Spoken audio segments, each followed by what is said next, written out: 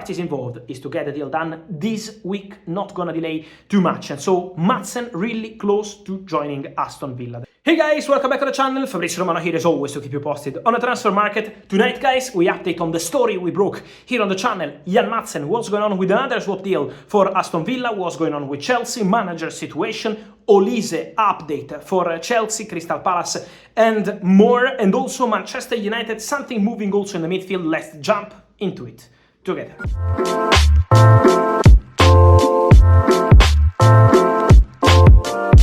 And so guys, many updates around Europe, many things happening. We start today with the managers domino because we are at the end of the managers market for this summer. Many things happened around Europe. Today Arne Slot presented himself as new Liverpool manager with the first interview to the club media. But we can say that Roberto De Zerbi will sign in the next hours a 3-year contract as new Olympique Marseille manager. Everything done. Olympique Marseille will also complete a deal to sign Brassier as new centre-back. So Marseille really busy on the market, and also important to say that Leicester City will replace Enzo Maresca with Steve Cooper. So the agreement between Cooper and Leicester City is imminent. Despite advanced negotiations with Graham Potter in the recent days, Cooper is the man, with the agreement now at the final stages. So many things happening for managers, but many things happening obviously for players. And the story we broke also here on the YouTube channel on Aston Villa pushing a lot to sign Jan Maatsen is now almost, here we go. Why I say almost? Because while I'm talking, Aston Villa are in direct discussion with Jan Maatsen and with his agents. So there is a negotiation ongoing now between Villa and Maatsen on personal terms. Aston Villa offered a 6-year contract to Jan Maatsen, so they are working to convince the player to reach an agreement with the player on financial terms, on the project, on Unai Emery idea for him. So Aston Villa are working hard on this story for Jan Maatsen, while they agreed on deal with Chelsea. Agreement done between Chelsea and Aston Villa, £37.5 million. This is the agreement between Chelsea and Aston Villa. Some of you already asked me, guys, why more than the release clause? Maatsen had the release clause included into his last contract signed in January with Chelsea. The release clause was £35 million.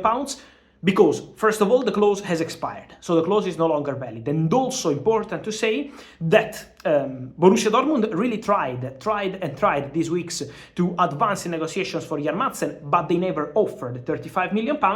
Aston Villa offered 37.5 because the clause is no longer there, and because with this proposal they will pay slightly more than the clause, but they will have better payment terms, so they can pay in several years. Everything has been agreed between Chelsea and Villa. The deal is done between clubs, 37.5 million pounds, and now Jan Maatsen negotiating on personal terms with Aston Villa.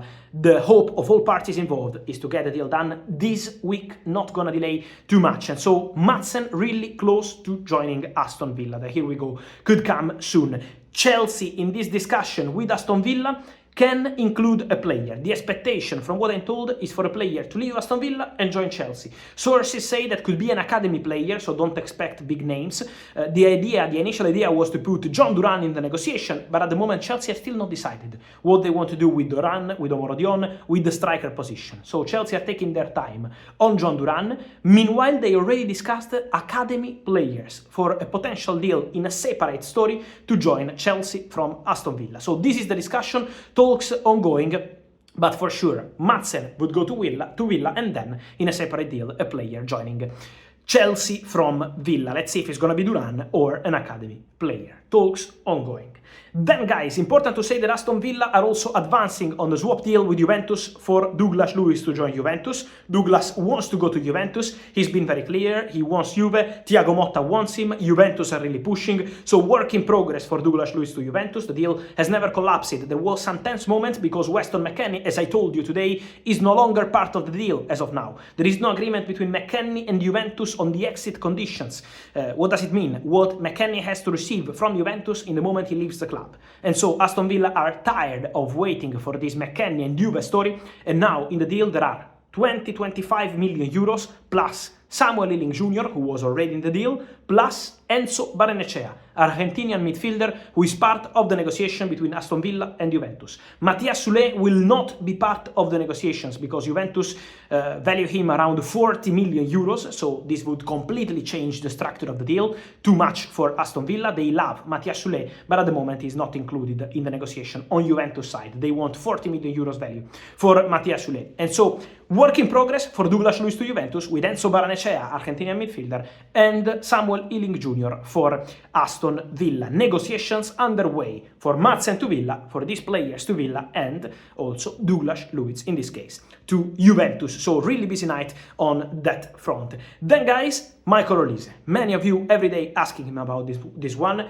What I can tell you, an exclusive update on Crystal Palace side, is that in the last 2 days, Crystal Palace have offered Michael Olise a new contract, a new deal. So after last summer, Olise was one step away from joining Chelsea, and then Crystal Palace offered him a new deal and got him on new terms with a different release clause. What Palace are doing this summer is to try to make exactly the same strategy. So offering a new deal to Michael Olise. Now it's up to the player, because Palace know that this time the player could be tempted to try a different experience. Palace gave the permission to Chelsea, Newcastle and Bayern to talk to the player. At the moment, Chelsea are really pushing. Chelsea are prepared to pay what Crystal Palace want for Olise, close or not close, so they are prepared to meet the valuation of Olise, and they are pushing on player side. I always told you, and this remained the mission for Chelsea, is to agree on personal terms with the player. Chelsea believe that agreeing on personal terms with the player means to get the deal done. This is why they are really pushing and insisting. Despite Crystal Palace offering a new deal, Chelsea are doing their best to land Michael Olise. Bayern and Newcastle also had the permission. Chelsea are really pushing. So let's see what the player decides, but it's a really intriguing, interesting story, one of the big sagas of this beginning of the market, with Chelsea pushing, with Palace trying with new deal, improved salary. Glasner would love to keep the player at the club. Meanwhile, Crystal Palace signed all documents with Kamada, who is joining as free agent from Lazio on a 2-year contract. And then guys, something to mention also on Manchester United, because I told you in the recent days that Manchester United, of course, have a priority, the centre-back, of course consider left-backs, of course will sign a striker. They took information on Joshua Zirkzee, but he's not the only one they are considering in that position, still an open story.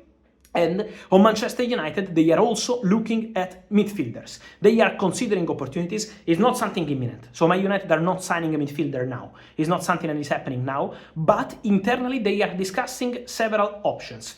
In case Casemiro leaves the club and in case there will be room with financial fair play for a new midfielder, Man United are assessing some opportunities and options. One of the names they discussed in the recent days is also Edson Alvarez from West Ham. Very expensive, very difficult deal, because for West Ham he's a crucial player, but Edson Alvarez is a player that Erik ten Hag knows very well. He was with him at Ajax, and Edson Alvarez is considered a really, really good player by all people at Manchester United. That could be expensive, not easy, not something for this week, so it will take time, but the captain of Mexican national team, Edson Alvarez, is one of the options being discussed internally at Manchester United in case they will go for new midfielder. And so guys, let me know your thoughts on all these stories, from Ian Maatsen to Douglas Luiz, these deals. I want to know your opinion, but also Edson Alvarez and Man United. What's your position? And Olise, Chelsea. What do you expect to happen on this one? Let me know here in comments. Like this video, turn on the notification bell, subscribe to the channel. See you soon with Fabrizio.